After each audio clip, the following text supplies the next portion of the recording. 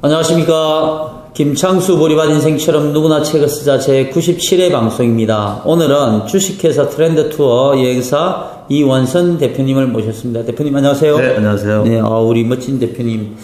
우리 대표님 소개를 시청자분들께 한번 부탁드리겠습니다. 네, 안녕하세요. 저는 여행을 25년 동안 하고 있고요. 지금 현재 트렌드 투어 대표를 맡고 있고요. 축구를 좋아하고 여행을 좋아하는 그런 사람입니다. 반갑습니다. 그러면 축구를 좋아하고 여행을 좋아하는 남자 이원선. 예.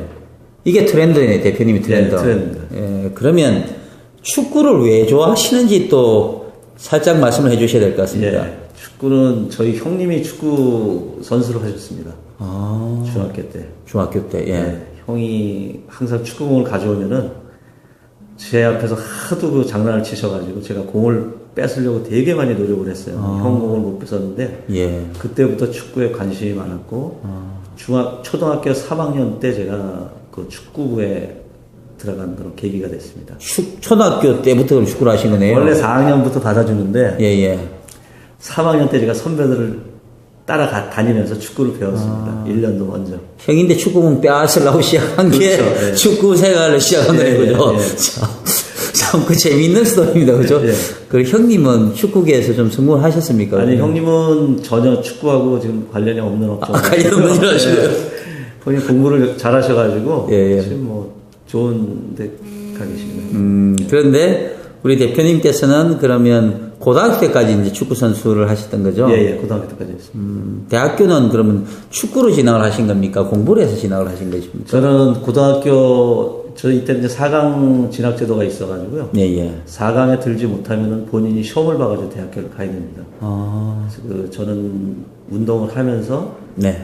지금 고려대학교 감독하는 서동원 감독 아버님이 저희 스승님이셨거든요. 예. 그 스승님이 중학교, 고등학교를 저희 담임 선생님까지 하셨는데 무조건 수업을 들어가게 하셨습니다.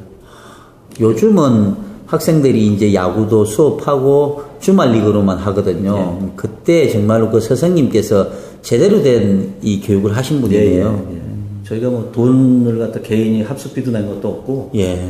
스승님 사비로 털으셔가지고 저희 집에서 직접 가르치시고 참 스승님이시고. 그러시네요. 짠한데요. 자주 아직도 건재하십니다. 예. 자주 찾아뵈야 되겠네요.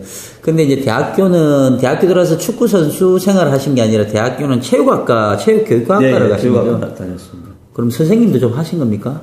제가 학교를 발령 받기 전에 아르바이트로 여행사에 잠깐 있었습니다. 아르바이트로요? 아르바이트로. 예. 여행사 이제 여행 자유화가 89년에 됐는데 제가 89년 1월부터 거기 나와서 이제 아르바이트를 했었는데 저희 그 사장님이 교사 출신이세요. 서울대 사범대 출신이신데 너무나 교직에 대해서 잘 알고 계시고 여행업에 대해서도 잘 알고 계시기 때문에 저랑 제가 아르바이트 2달 했을 때 저를 부르시더니 교직하고 거기서 얘기를 해주시더라고요. 앞으로는 여행업이 더 비전이 있으니까 한번 생각해보는 것도 본인의 장래를 위해서 괜찮을 것 같다. 그래서 영업을 시작하셨습니까? 그렇습니다. 그럼 대표님의 운명은 참 이렇게 쉽지 않습니다. 그죠? 형 축구공 빼앗으려고 축구를 시작했는데, 대학교 가서 또, 선생님한테 그때도 체육교육학과를 가셨는데, 또 여행업에 아르바이트 하시면서 또 운명이 이제 여행업으로 오신 거네요. 그런 재미있는 스토리 대한민국에 몇 분이나 될지 참 그렇습니다. 그죠? 근데 이제 여행업을 하시면서 축구 유학 여행 작품을 지금 개발하고 계신 거죠? 지금 계속 하고 있습니다. 지금 요 펠레랑 같이 사진 찍은 것도 있고 한 게 이제 한국에서 펠레 클럽 팬클럽 회장도 하셨고요. 그렇습니다. 그럼 축구 사랑은 지금 본업을 하신 여행업보다 더 강하시네, 그죠? 더 강하죠. 참, 이렇게, 어떻게 보면 일반 직장인들은 그냥 돈 벌기 위해서 직장을 다니는 분들 사실은 많거든요. 근데 대표님께서는 좋아하는 일을 하면서 돈을 버시고, 또 그걸로 또 나눔도 하시고, 멋진 인생이신 것 같아요. 감사합니다. 하여튼 그럼 여행을 가려고 하면 대표님께 연락드리면 되는 거죠? 저한테 연락 주십시오. 홈페이지에 들어와서 트렌드 투어 치면 됩니까? 그러셔도 되고, 김창수 저자님한테 연락. 알겠습니다. 조만간에, 우리 트렌드 투어를 활용해가지고, 한번, 멋진 여행도 한번 가보도록 하시죠. 그런데 이제 또, 여행사 항공사에서 또 축구 또 감독도 잠시 하셨죠. 네, 제가 저희가 이제 원래 이름은 이제 클럽 2000이라 그러는데요. 네. 저희가 그 서울 원더러스로 지금 개명을 했습니다. 예, 예. 제가 그 지도자 생활을 군대 가기 전에 그 초등학교 학생들을 좀 가르쳤기 때문에 예. 지도하는 것도 좀 알고 있습니다. 그래서 그 여행사 축구팀을 맡아가지고 예.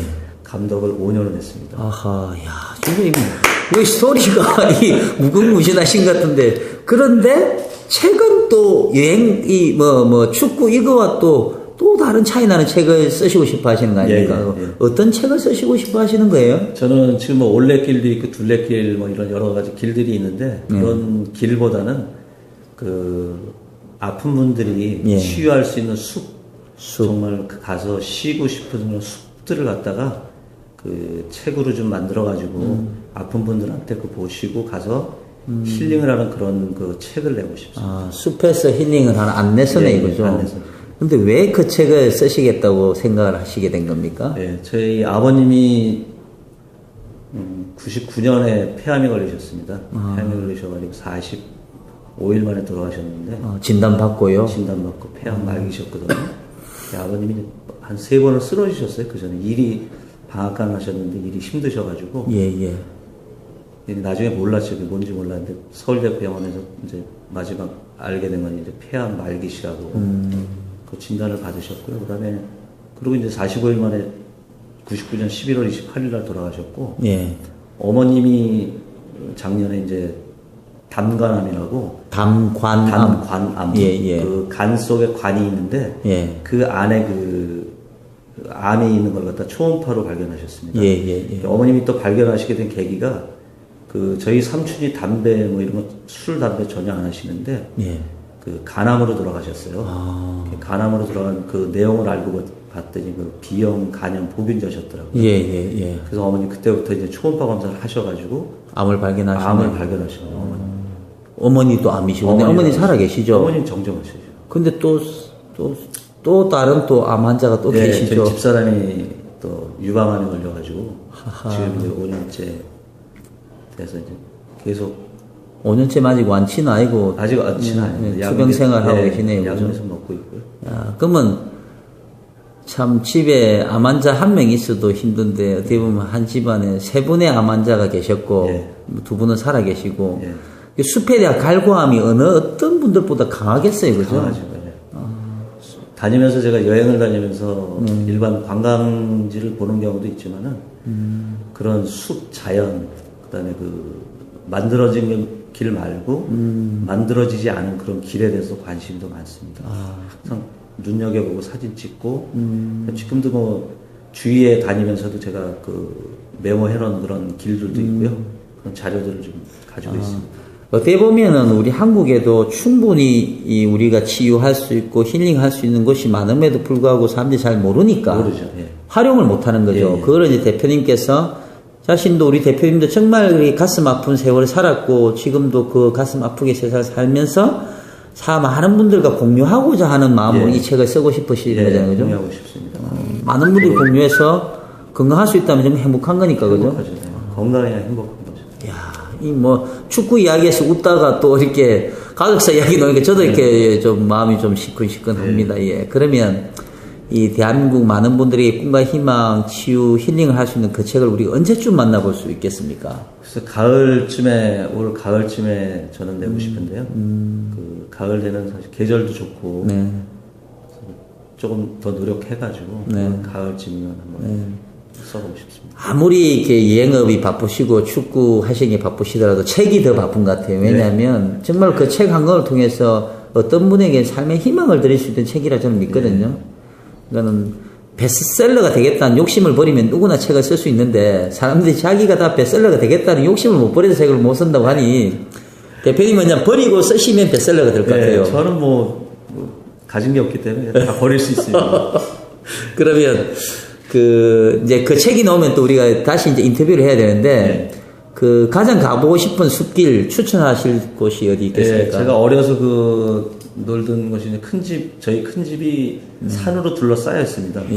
산으로 둘러서 6가구가 사시는데, 지금은 거기가 그 개인 땅이 아니고 전부 종중 땅이기 때문에, 집 재건축이나 이런 게 거의 할 수가 없습니다. 그렇죠. 안 되죠. 그리고 연세 드신 분들이 돌아가신 으로 가구나 3가구 정도가 남아 있는데, 그 3가구 사실은 뒤에 가면은 너무너무 좋은 그런 그 숲길이 있네요. 숲이 있네요. 제가 뭐 그 얼마 전에 가봤는데 너무너무 좋고 그 많은 분들을 거기 한번 모시고 한번 저희가 위치는 어디입니까? 위치는 경기도 파주입니다. 파주입니까? 그럼 가깝네, 그죠? 가깝죠.